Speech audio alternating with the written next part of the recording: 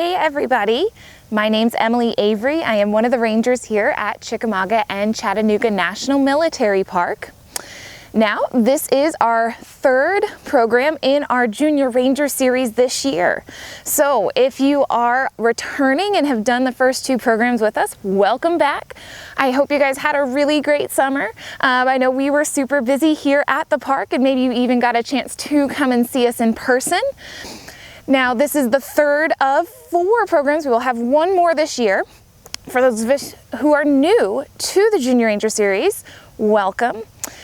The other 2 programs are available to watch on our YouTube channel if you'd like to go back and check those out. And I say that because if you participate in 3 of the 4 Junior Ranger programs in this series this year, you will earn a special piece of Junior Ranger swag. So again, if you want to go back and check some of those other ones out, you can check it out on our YouTube channel as well. So today we're going to be talking about Civil War music. Music in the Civil War had kind of 2 main purposes.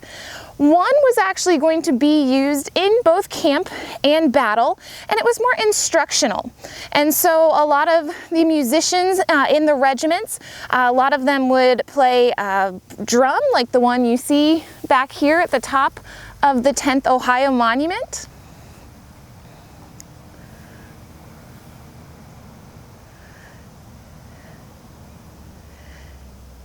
And so drum, fife, bugle, those instruments were often used during battle to signal for the men different commands, but then also during camp to tell different times of day. If you want to know a little bit more about those particular musicians and the music that they played, you can actually go out and check out my friend Will's video that he did about the roles that actually kids had during the Civil War, because a lot of these musicians were actually going to be younger than 18. They're going to be kind of younger, and that's going to be one of the roles that they could play during the Civil War as soldiers. So if you want to go and check that out, that is also on our YouTube channel. Today, we're going to be talking about kind of the other main category of music. We're going to be talking about music that was more to boost the morale and lift the spirits of the soldiers, kind of like the patriotic songs that we sing today. So these songs were sung by both sides, Union and Confederacy. They had their own songs, and they actually did share some songs as well. And it kind of makes sense that a lot of these songs are going to come during a time of war. You guys probably already know a song that did come out of a major war in American history, not the Civil War, but the War of 1812. Our national anthem, the Star-Spangled Banner, was actually written during the War of 1812, and it was written about a battle, and it was written so that people would remember that, and it's about the raising of the flag, and it's a very meaningful song, obviously, because it's our national anthem today. So music in the Civil War for morale for the soldiers would kind of follow the same idea.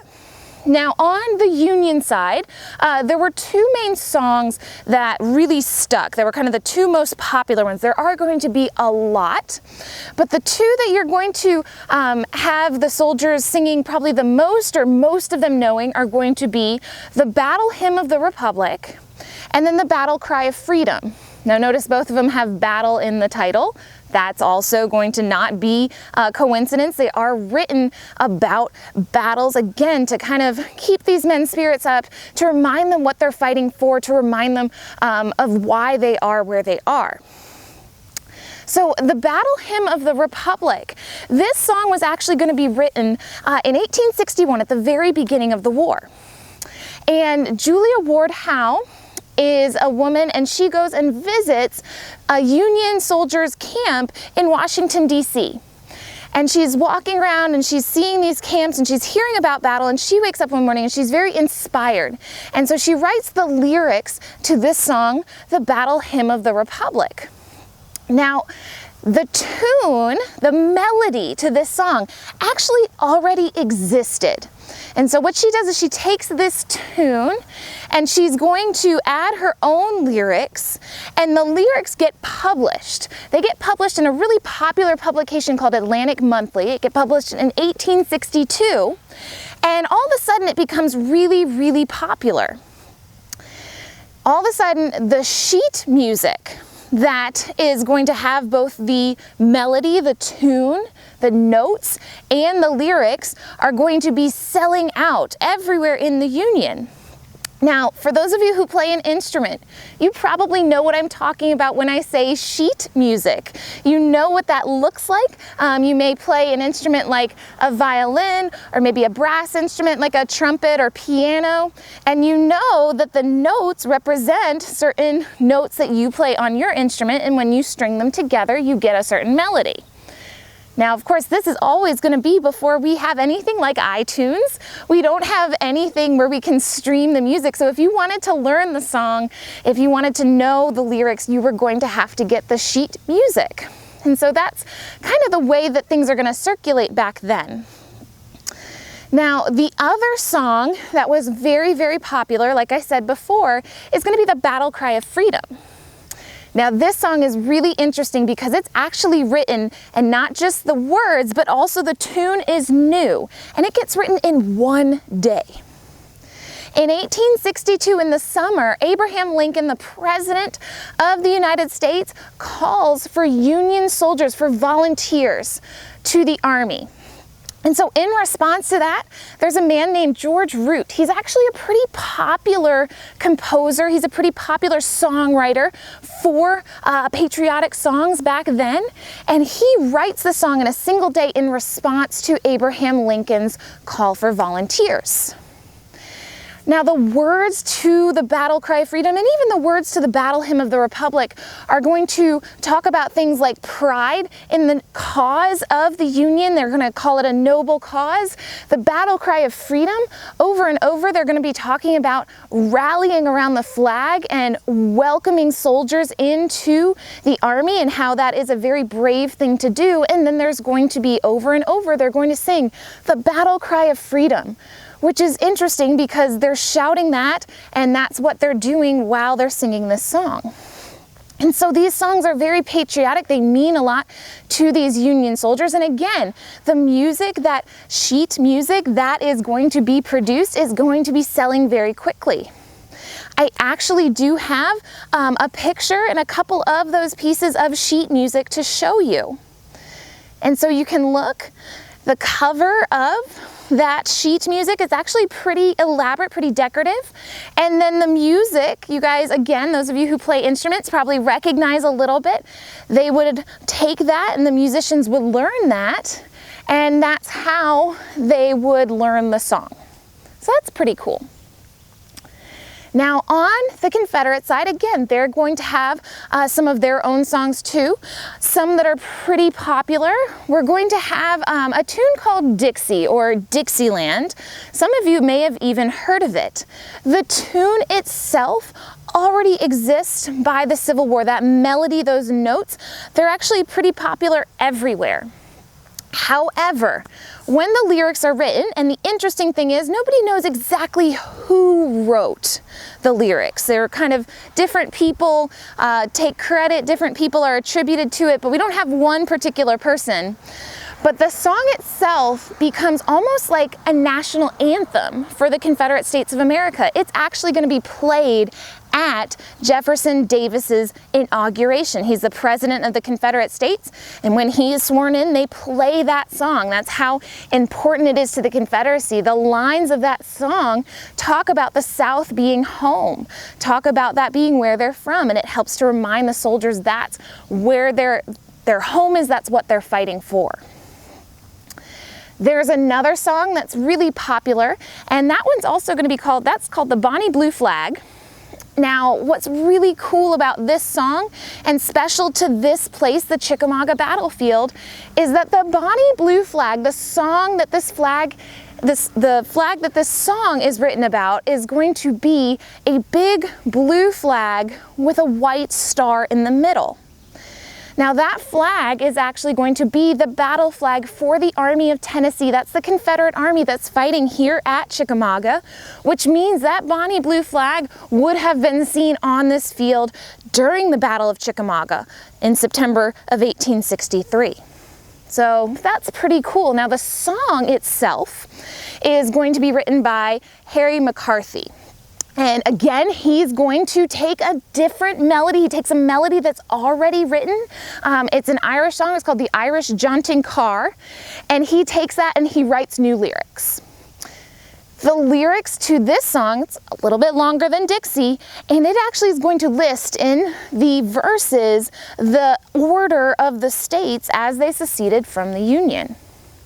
And so as each state secedes, it talks about it, it kind of applauds it, and then the chorus is really a big cheer for the South, a big cheer for Southern rights. And so this song would be sung by soldiers as kind of a celebration of their kind of home states, their kind of country that they were fighting for, and that was going to boost their spirits as well. So both sides are going to have songs that are going to be very important to them. Song lyrics are going to mean something very meaningful to them. And you guys might even have songs that you know that mean something special to you. Maybe you have a special story that goes with that song and it's very personal. And you know that when you hear it or when you sing it, it's going to be that all the more special. And so some of these songs were definitely going to be like that for these soldiers.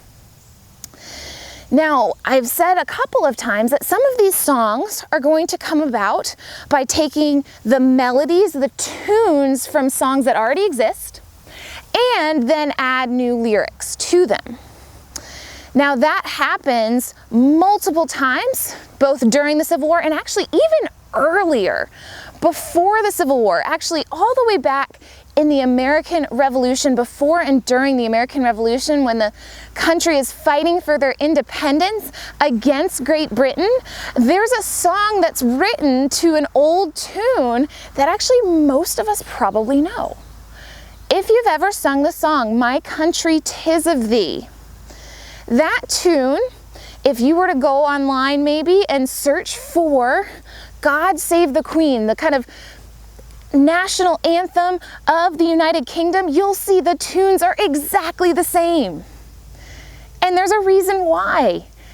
When the colonists, when the Americans are fighting for their independence, they're going to take the national anthem of the country they're fighting against, and they're going to write their own lyrics about their own country, about the country they have pride in. And so it's kind of a fun song for them to sing because it actually kind of pokes a little bit of fun at the British, kind of makes fun of their national anthem a little bit. And then today, obviously we know this song has stuck around for a really long time, and we sing it today on patriotic occasions, which is pretty cool.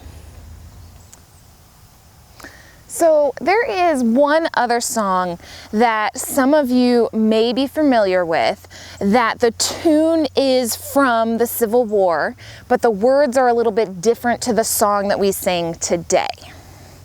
Now this tune, it's sometimes called a nursery rhyme because it's really popular when kids are learning how to count. The song is "The Ants Go Marching." And so you hear the song, "The Ants Go Marching," first they go 1 by 1, and then the ants go marching 2 by 2, and then 3 by 3, all the way up to 10. And so it's kind of a counting song. But that tune is actually taken from a song during the Civil War. It's called "When Johnny Comes Marching Home." And just like it sounds, that song is all about when the soldiers are going to be coming home from battle, what a happy day that's going to be, and the families that are wishing for that to come. So it kind of makes sense that actually that song was going to be sung by people actually on both sides. Both of these sides, whether you had a soldier fighting for the Union or the Confederacy, you wanted them home safe and sound. And so this song was not just one maybe sung by the soldiers, but you also could sing it even if you weren't in the military, because it was a song that talked about how much you wanted your loved one, your soldier, safe and sound at home. So that song, "The Ants Go Marching," we are actually going to use that song. We're going to use the tune, and we're going to do what some of these men and women did back during the Civil War. We're going to take that tune and we are going to write our own lyrics to it. Now I know that sounds kind of complicated. It might sound a little overwhelming, but we're going to have a little help.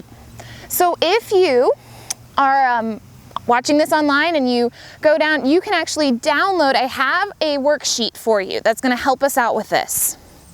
And what you're going to do on the front of the worksheet, you're actually going to just provide some specific words. I ask you for words that are parts of speech, so like nouns and verbs and adjectives.